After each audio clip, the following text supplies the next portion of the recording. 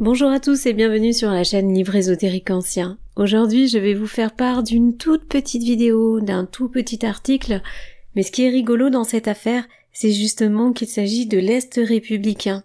Et vous savez que l'Est républicain n'est absolument pas une revue ésotérique, mais on a trouvé en 1897 un petit article qui va concerner la mort de Stanislas de Gaïta. Donc même si l'article est très court, je voulais vous partager ça.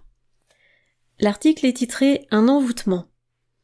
Le Figaro publie à propos de la mort de M. Stanislas de Gaïta les lignes suivantes que nous ne reproduisons bien entendu qu'à titre de curiosité.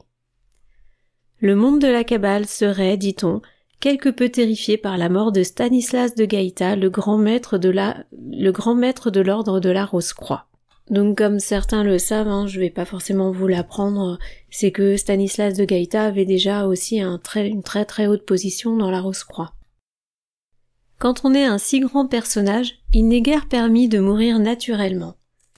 Aussi Stanislas de Gaïta serait-il mort, d'après ses confrères en magie, des suites non d'une pleurésie mais d'un envoûtement. Le Matin, donc un autre journal, a interrogé à ce sujet plusieurs occultistes qui se sont prononcés pour la négative. Donc, il cite « Si le grand maître de notre ordre, a dit l'un d'eux, avait dû mourir par suite d'un envoûtement de haine, nous aurions déploré sa perte depuis longtemps. Car alors je crois que c'est le Sar Pelédan, voici de longues années, avait essayé sur lui son pouvoir magique. Du moins avait-il annoncé qu'il allait envoûter l'auteur du temple de Satan. Alors je tiens à préciser ici, donc ça n'engage que moi, mais que par rapport à un ordre, c'est pas parce que Stanislas de Gaïta était une grande position dans l'ordre de la Rose-Croix, que la Rose-Croix justement est un ordre similaire à ses travaux. Je pense qu'il faut là-dessus, c'est quelque chose à rechercher. D'ailleurs, ce serait intéressant de savoir pourquoi Stanislas de Gaïta s'est orienté sur ces travaux-là et ce qu'il a fait exactement, ce qu'il a découvert exactement et pourquoi il est parti sur ce type de bouquin.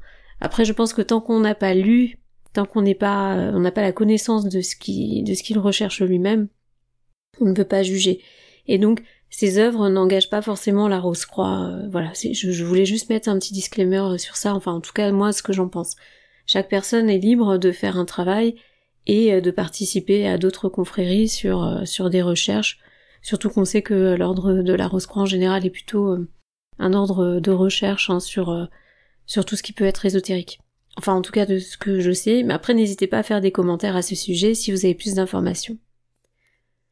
Donc on continue. Un rédacteur de l'Initiation, donc une autre revue occultiste, voilà ce qu'il dit, a dit « La vérité sur la mort de Stanislas de Gaïta est bien plus simple. En quelques années, le grand écrivain a publié Au seuil du mystère, Le temple de Satan et La clé de la magie noire, 3 ouvrages considérables, qui lui ont demandé une dépense de force surhumaine. Alors oui, toute personne qui écrit des ouvrages, je pense, est dans le même état et pas forcément malade derrière. Maintenant, on voit bien que là, ça touche à des choses un peu touchy, on peut un petit peu comprendre que derrière, il y a peut-être des résultats, mais encore une fois, on ne sait pas tout. Moi, personnellement, je n'ai pas lu l'ensemble de ces œuvres, donc je suis personne pour juger. Vous ne pouvez vous douter de l'érudition de Stanislas de Gaïta. C'était un puits de science. Il est mort pour avoir trop voulu étudier. Il est mort d'épuisement. Bon. Nous avons essayé sur lui notre pouvoir magnétique. Plus de 200 de ses amis pendant 2 mois, chaque matin, à la même heure. Donc, ces 200 personnes ont concentré leur désir de voir Stanislas de Gaïta sortir triomphant de sa lutte contre la maladie. Donc, il était bien malade. Cet envoûtement d'amour a été inutile. Notre ami n'a pu résister à son mal. D'après des renseignements puisés aux mêmes sources, notre confrère ajoute. Avant de mourir, le président du Conseil suprême de la Rose-Croix, kabbalistique, avait terminé un ouvrage intitulé « Le problème du mal ». Ça aurait été pas mal parce que il y a 2 données négatives donc qui s'annulent dans ce titre, ça aurait pu être intéressant de jeter un œil.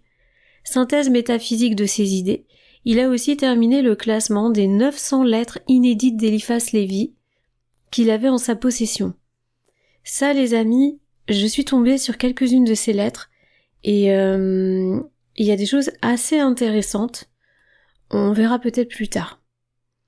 Ces 900 lettres, adressées par l'auteur du livre des Splendeurs à son disciple le baron Spédaléry, contiennent un cours complet et détaillé de la Kabbale. Elles seront publiées avec une préface de Stanislas de Gaïta. Donc l'article se finit de cette manière-là. Mais 900 lettres, le gars, il a écrit 900 lettres, les amis. Non mais sérieux, plus tous les bouquins qu'il a fait. Donc voilà, c'était la fin du petit texte et je trouvais ça très intéressant parce que pour une fois, c'est pas justement une revue ésotérique. Donc ça permet d'avoir d'autres perceptions comme d'habitude, d'autres données qui ne sont pas dans les livres et d'être justement un petit peu au cœur de tout ce qui se passait à l'époque, puisque comme je l'ai déjà expliqué, c'était une époque où il y avait beaucoup d'occultisme, où les gens parlaient facilement, il y avait beaucoup de sociétés secrètes, beaucoup de catégories, de fraternités, et vraiment l'ésotérisme était là, le spiritisme, la médiumnité, tout était là. Avant les guerres, c'était beaucoup plus finalement, beaucoup plus connu. On avait ne serait-ce que 10, moi j'ai comptabilisé, là j'ai retrouvé à peu près 10 revues portant sur l'occultisme, et ce qui pour l'époque était énorme, donc qui sortait de manière assez courante, et donc ça montre bien à quel point voilà il y avait un réel intérêt pour tout ça. Et tout ça après les deux, justement après la première et la seconde guerre, c'est un petit peu évanoui et est devenu ce qu'on en a aujourd'hui. Je vous laisse faire la suite. En tout cas, j'espère que ça vous a plu.